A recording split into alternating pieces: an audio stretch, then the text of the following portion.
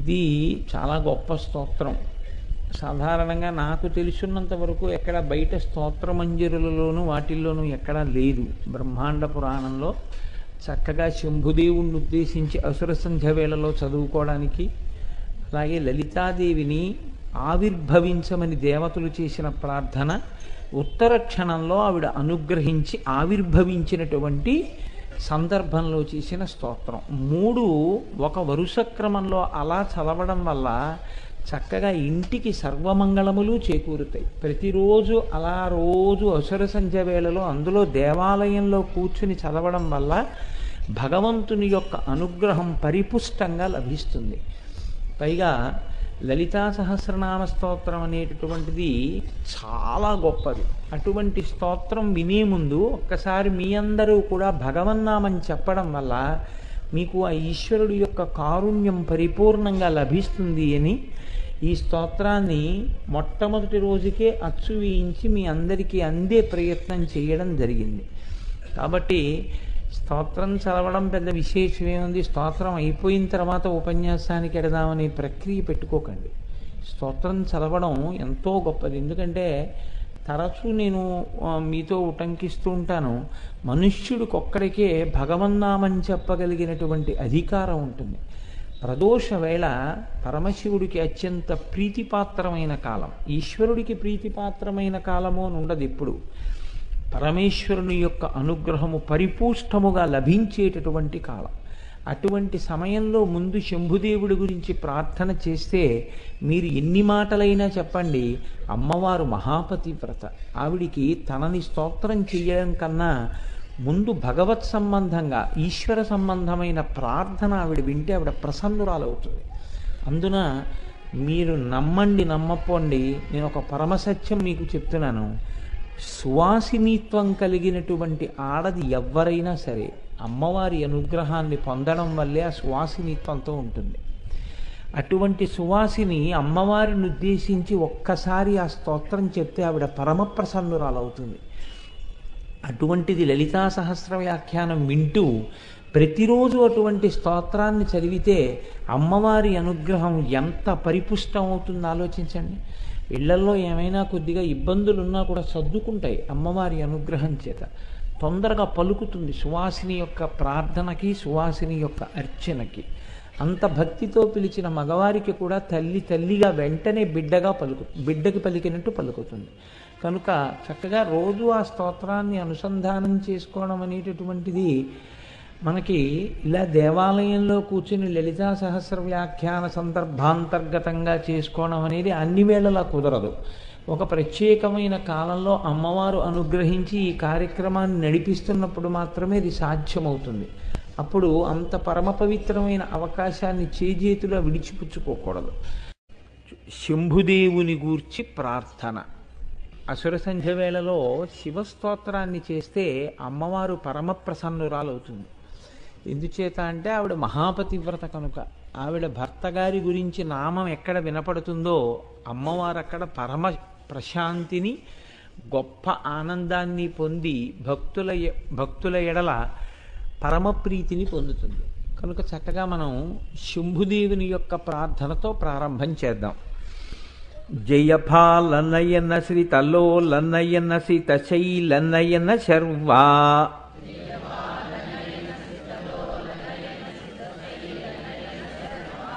జయ కాల కాల జయ మృత్యు మృత్యు జయ దేవ దేవ శంభో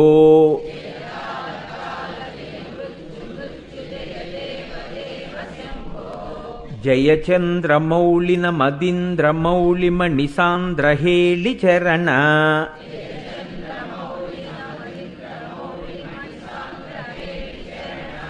జయ యోగ మార్గజిత రాగ దుర్గమునియాగ భాగ భర్గ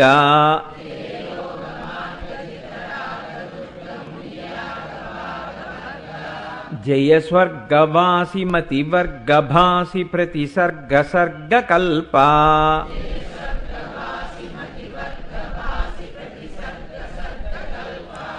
జయ బంధు జీవ సుమ బంధు జీవ సమసాంధ్య రాగ జూట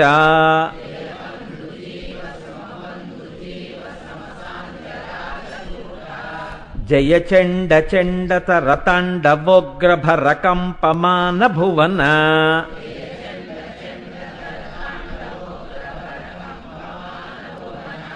జయ హారహీరఘనసారసారతరసారదాభ్రరూప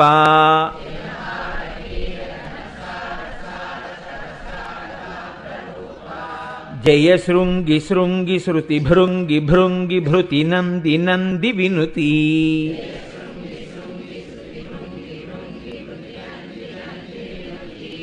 జయ కాళకంఠ కలకంఠ కంఠ సురసుందరీ స్తుతశ్రీ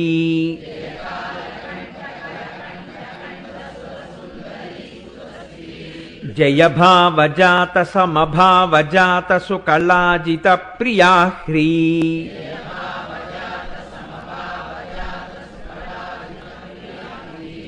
జయ దగ్ధభావ భవ స్నిగ్ధభావ భవ ముగ్ధభావ భవన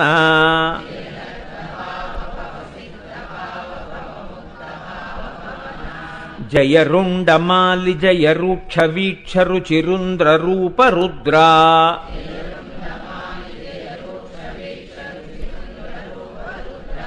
జయ నాసికాగ్రనయనోగ్ర దృష్టి జనితాగ్నిభుగ్న విభవా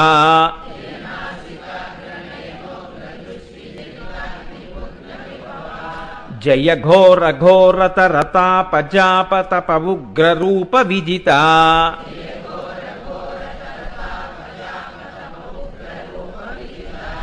జయ కాంతిమాలి జయ క్రాంతికేలి జయ శాంతిశాలి శూలి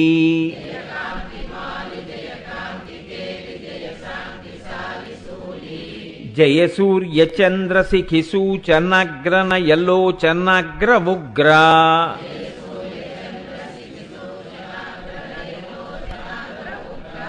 జయ బ్రహ్మ విష్ణు పురుహూత ముఖ్య సురసన్నుతాఘ్రియుగ్మ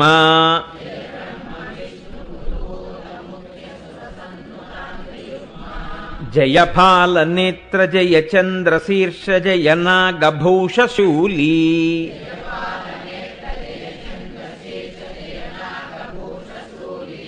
జయ కాల కాల జయ మృత్యు మృత్యు జయ దేవ దేవ శంభో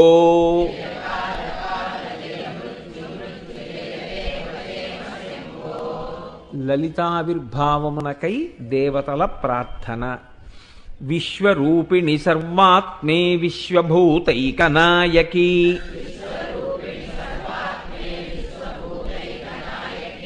లలితా పరమేశాని సంవిద్వహ్నే సముద్భవ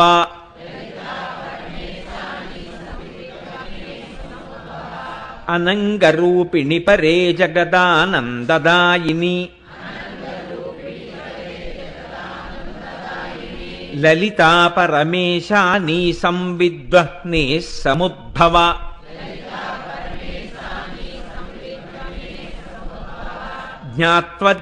జ్ఞాత్వజ్ఞానజ్ఞేయరూపే మహాజ్ఞానప్రకాశిని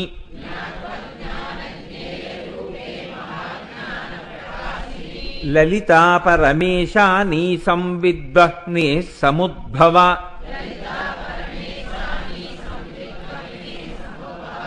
లోక సంహార రసికే కాళికే భద్రకాళికే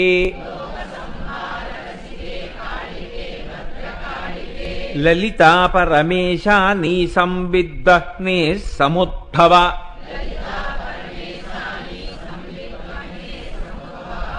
లోక సంత్రాణ రసికే మంగళే సర్వమంగళే లలితా పరమేశాని సంవిద్వహ్నే సముద్భవ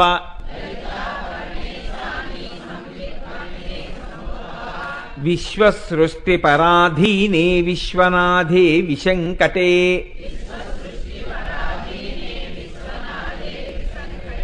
లలితా పరమేశాని సంవిద్వహ్నే సముద్భవ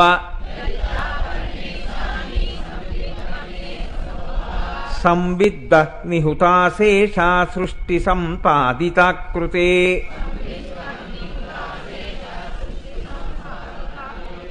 లలితా పరమేశాని సంవిద్వహ్నే సముద్భవ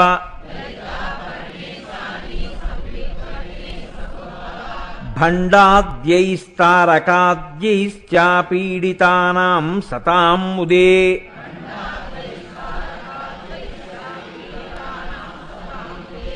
లలితా పరమేశా నీ సంవిద్వహ్నే సముద్భవ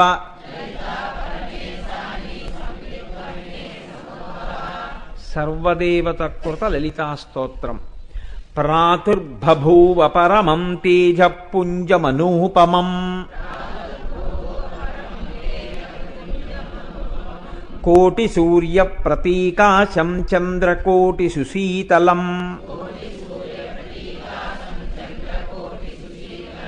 తన్మధ్యమే సముదభూచక్రాకారమనుత్తమం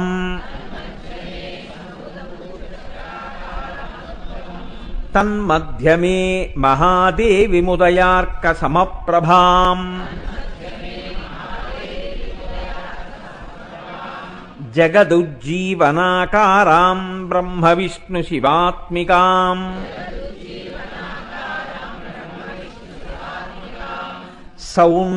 సౌందర్యసారసీమాం తామానందరససాగరాం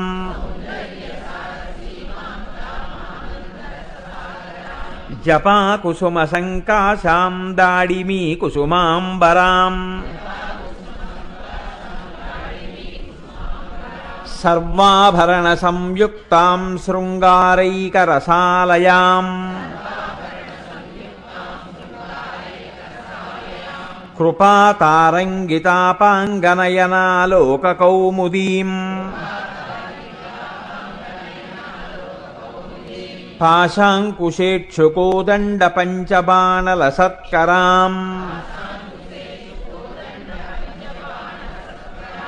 తాం విలోక్య మహాదేవీం దేవాః సర్వే సవాసవాః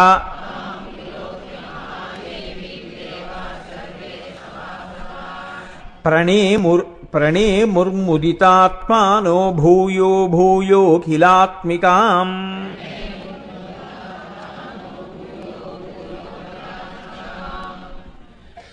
ఈ శ్లోకాల గురించి ఇప్పుడు నేను ప్రస్తావన చేయడం కన్నా ఎలాగో ఉపన్యాసాంతర్గతంగా శ్లోకాలకి సంబంధించిన విశేషం వస్తుంది కాబట్టి నేను అక్కడ ప్రస్తావన చేస్తాను. దాని యొక్క వైశిష్ట్యం ఏమిటో మీరు తెలుసుకుందరు. కానీ మహోత్కృష్టమైనటువంటి స్తోత్రం బ్రహ్మాండ పురాణాంతర్గతం.